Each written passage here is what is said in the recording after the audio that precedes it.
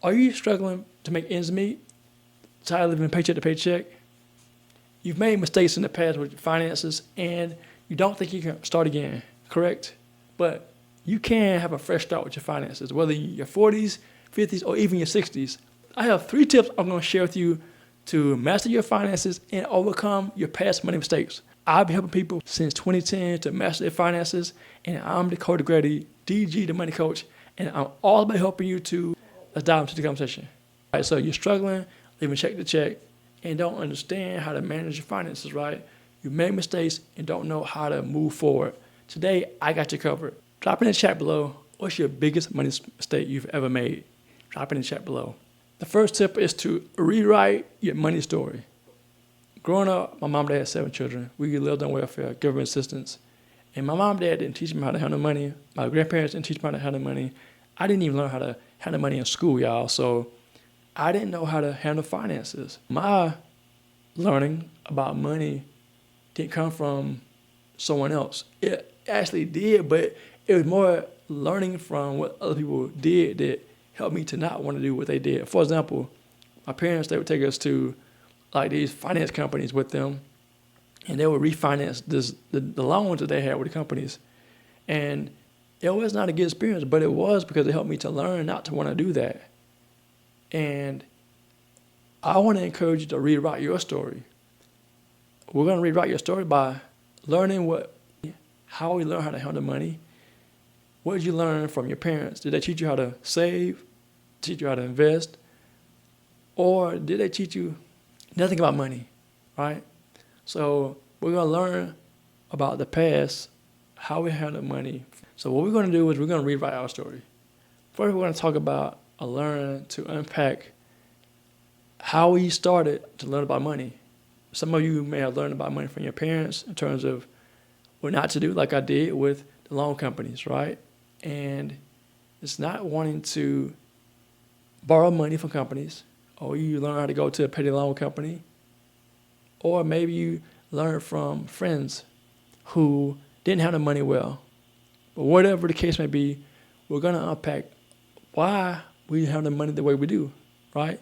We're going to find out the reasons why we have the money in bad ways. Who taught you how to overdraft your account? Who taught you how to overspend? Who taught you how to impulse spend, right? We're going to write this stuff down in a journal and see, all right, how can I rewrite my story by learning how I learn these bad money habits, right? Start there with a journal. And then we're going to say, all right, how can I learn from those mistakes and make a better decision with my finances? How can I learn how to budget? How can I learn how to save and invest? How can I pay off debt? How can I stop using credit as a crutch and start using cash to blow up my lifestyle, right? So I encourage you to write this down and just think about your past and see how you can identify these triggers in your life that led you to where you are today when it comes to your finances. And then I wanted to rewrite, all right, I want to make $10,000 extra in my business, or I want to save money, say $5,000 this year personally, or maybe I want to pay off some debt.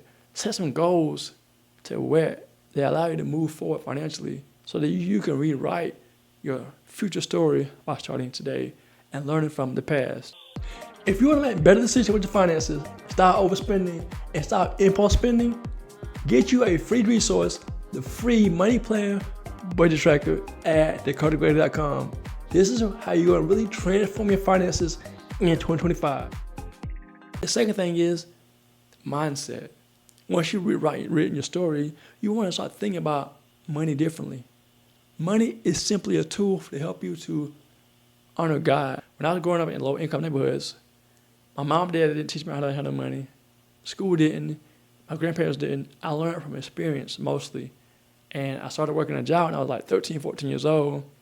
But I didn't see anyone who had abundance in my life. People who I knew were in the same income bracket we were, or below, probably. And they weren't prospering. They may have had nice cars and everything, but they were still living in the hood, or either selling drugs, selling dope, or selling weed, something like that. But they weren't prospering. There were only 3 businesses that were people who were thriving, I could basically like point to and say that they were pretty good. But beyond that, no one. So I had to rewire my mindset to think toward abundance because I didn't see abundance. I saw a lack. I saw scarcity. I saw struggle. I saw poverty mindsets. So I want to encourage you to identify people who are doing what you want to do when it comes to finances and emulate what they did. For me, it was like Dave Ramsey. He was one guy who thought differently about money. He didn't like debt. Everyone else and their mama loved debt. He's the only guy who said be debt free in everything you do. Not just be debt free personally or have a credit card and pay it off. He said cut debt off completely. And I'm like, this dude's weird. I want to be weird like him. So my philosophy is to have a mindset of being debt free. If you ever played the game Monopoly, you know, play the whole game with money, cash. Of course, you get the money from the bank, but the whole point is you buy assets with cash. So imagine if you live on cash in real life. Imagine if you didn't rely on debt. How free could you be if you didn't have a loan or owe a lender, right? You can be so free to do what you want to do and live life on your terms. Not have to worry about paying that lender, that banker, any money. You keep your money and build your bank account and build wealth for you and your family. That's what I want to encourage you to do, because you must have an abundance mindset to think that there is enough for all of us. There's no lack of money in the world. It's only a lack of vision, execution of the plan to get to the vision, right? To make it come to fruition, to think that there's enough for all of us to win.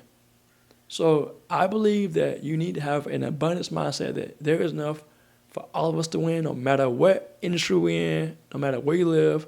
You can win with finances. You can win with money if you choose to.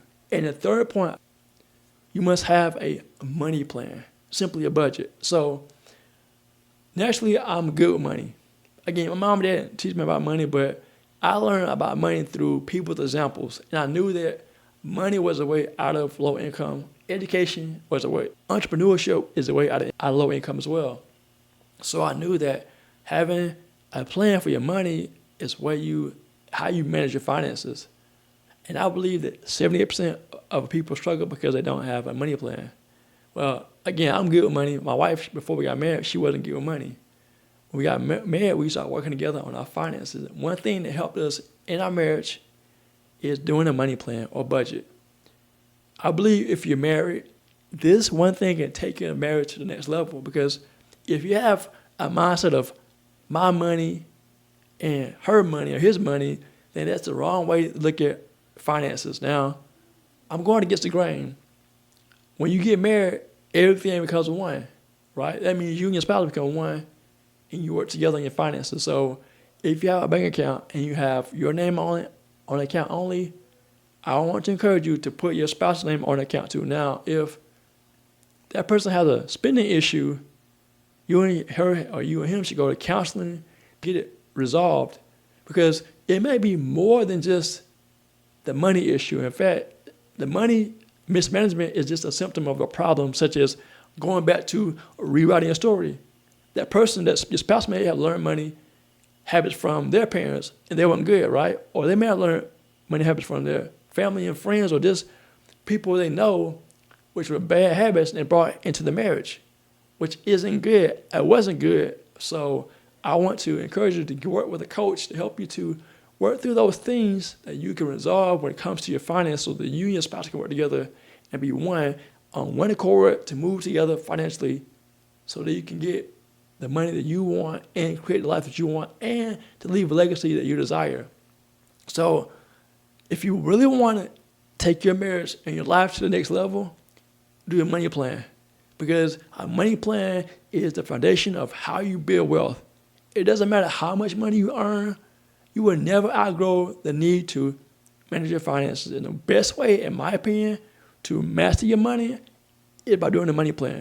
If you like this video, I'm going to encourage you to like, subscribe, and share this video with people who you know that need help with their finances. I did a video on how to create a money plan. Watch it right here, and I'll see you there.